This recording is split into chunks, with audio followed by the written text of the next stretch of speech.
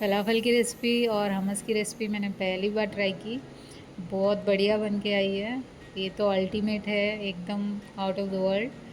तो मैं तो शायद रोज़ ही बना कर खाऊँ इसको। बस थोड़ा सा टाइम लगता है काबुली चने भिगोने में, बाकी बहुत इजी से बन जाता है। अगर आपके पास इंग्रेडिएंट्स ऑलरेडी है अवेलेबल तो बहुत आसानी से बन जाता है। ये फलाफल की रेसिपी जो है मैंने यहाँ पे शेयर की है। तो जैसे हम मूंग दाल के वड़े बनाते हैं वही सारे मसाले डाल के इसको पीस लेना है।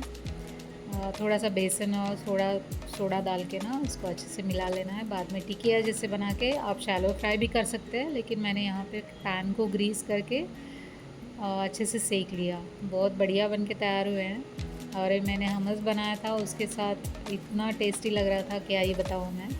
आप भी बनाएं, खाएं और मुझे बताएं कैसे बना। Thank you for watching.